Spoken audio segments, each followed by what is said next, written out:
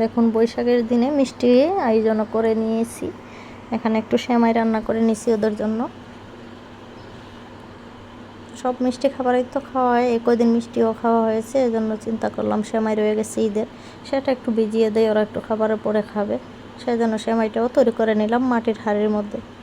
যেহেতু আমরা বাঙালি, আমরা যেহেতু বাহিরে কিন্তু যাইনি, ঘরে বসেই যা যা করার করেছি, কারণ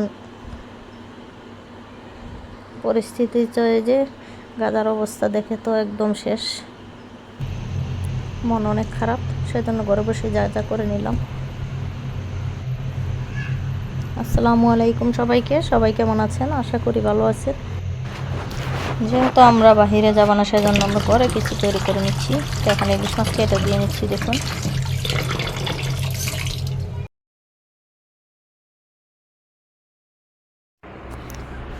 মাছগুলো কেটে ধুয়ে রেখে এই যে একটু ছাদে চলে গেলাম, যে একটু কাঁচামরিচ আর পুদিনা পাতা নিয়ে আসি।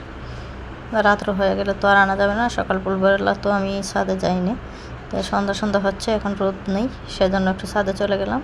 সেখান থেকে একটু গাছ থেকে বাতি বড় বড় কাঁচামরিচগুলো যেগুলো শক্ত হয়েছে সেগুলো নিয়ে আসতেছি, কারণ কাঁচামরিচ যত পারা হবে ততই কিন্তু কাঁচামরিচ হয়। কাঁচামরিচ আর পুদিনা পাতাগুলো পেরে বাসায় নিয়ে আসবো। নিজের গাছের সবজি পাড়তে কিন্তু খুবই ভালো লাগে। মাশাআল্লাহ, সবাই আমার গাছগুলোর জন্য দোয়া করে দিবে। এখনও অবশ্য শুধু কাঁচামরিচই আছে আর পুদিনা পাতা আছে, আর কিছুই কিন্তু এখন নেই। টমেটোর সিজনও শেষ হয়ে গেছে।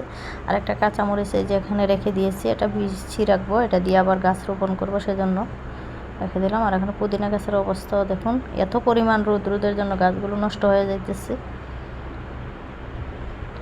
তো এই যে অল্প পরিমাণে নিয়ে আসছে পুদিনা পাতা, আর কাঁচামরিচ আছে 7-8টার মতো, সেগুলো কিন্তু বাদ দিয়ে খেতে কিন্তু দারুণ গ্রান লাগে। তো এখন মাছগুলো সবগুলো মশলা মেখে রেখেছিলাম, এখন বাছতে শুরু করে দিয়েছি। দেখুন ভালো ভালো টুকরোগুলো আগে ভেজে নিচ্ছি। আর মাছ মাংস যেটাই হোক, চিকেন ফ্রাই জাতীয় যেগুলো জিনিস আছে সেগুলো কিন্তু 2বার ভাজলে কিন্তু আপনারা, আজকে একটা টিপ দিয়ে দিই, একদম মচমচে হয়ে যায়। সব কিছু ভাজা হয়ে গেছে। এই যে সকালবেলা উঠে আবার মাছগুলোকে আবার ভেজে নিচ্ছি। আর এখানে আলু ভর্তা বানিয়ে নিচ্ছি, করলা ভাজি করে নিচ্ছি, শুকনা মরিচ ভেজে নিচ্ছি, আর এই যে বোম্বাই মরিচ।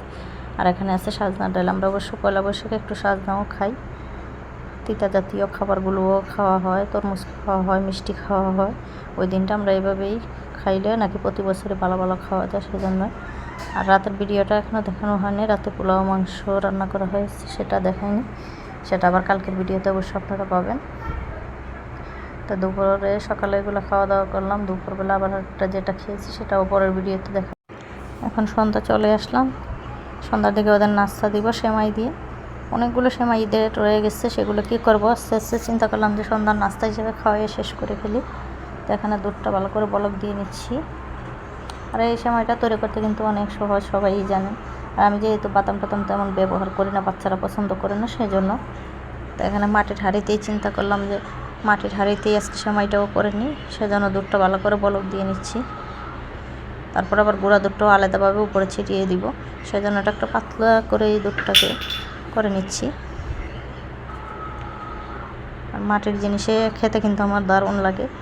এই যে মাটির হাঁড়ির মতো দুধ দিয়ে ভিজিয়ে দিলাম সেমাইটাকে।